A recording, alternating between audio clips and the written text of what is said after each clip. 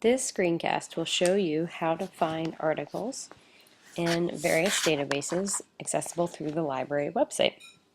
So we're going to go for two different ways of looking for our very first outside reading, and that's the Joan Scott article on gender.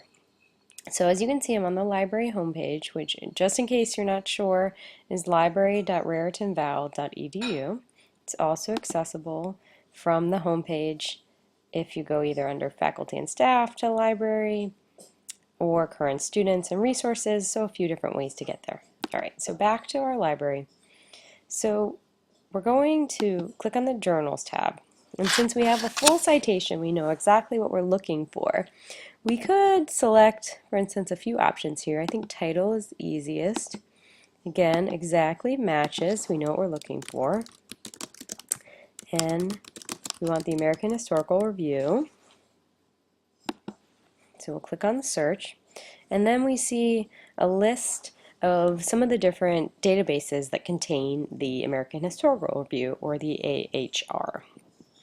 So as you can see, not every database has all of the issues, but the most current or complete is JSTOR. I should say it's not the most current because it ends in 2008, but we're looking for an article from the 1980s, so that's not going to be an issue for us. Notice here just the embargo, so the databases will not contain issues published in the last year. So that's something important to note because the print issues are going to give you the most recent information and articles. But JSTOR is a good source, particularly for the humanities and social sciences, so we'll go ahead and click on that. And what happened earlier is I had, what came up was a little login window that gives you access to these databases when you're off campus, and some of you may be familiar with it. It's just called a proxy server, and it asks you for your G number and your password and will give you access. As you can see, this is how I've logged on. So it skipped that since I already did this a few minutes ago. Okay, so we're in the AHR. It's published by the American Historical Association, so we know it's a very well respected storied journal. And one thing that's interesting actually about the article that we're looking for is I just happen to know that it is one of the most cited articles ever published in the whole history of this journal. So we see most cited here. Click on that. Lo and behold, it's the first thing. Okay, so here's one way to access the article. We can see there's 3 different versions. There's a stable URL, a page scan, the PDF, okay, and of course a summary. So you can pick whatever version you prefer to read and click, and we'll see that that will open up for us in just a second. So while that's opening, let's say you didn't know that that was the single most cited article in the AHR. Here's the article here, okay, by Joan Scott. Again, this is a dense article, and so I want you just to try to wade through it. Try to notice, again, like we saw in our model of annotated reading, what seems to stand out? What are the themes that come up over and over? What kind of evidence does she use? What's the larger point that she's trying to make? Okay, see if we can identify her argument in this piece and how she supports it.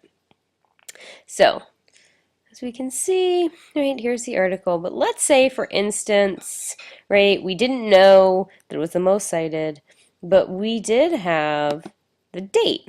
So if we go back to the AHR, what we want to look for here, right, we could scroll down and open up the 1980s and go through manually to find the date of the article itself when it was published.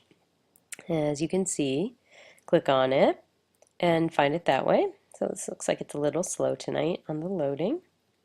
So another way that we can access articles, let's say if we go back all the way back to the library homepage, okay, we could also, for instance, just go into the database directly. So JSTOR is going to be our friend in particular for this course and other courses in history, humanities. So if we just go straight to JSTOR, all right, here we've got a nice search box that we can use. Notice some of the different elements of the search box, right? We've got search by full text, search by author, okay? And we also have some other options that we can decide. So we've got a date range, we've got the type, so let's say we want to find our article this way. The publication title, again, we know that it was in the American Historical Review.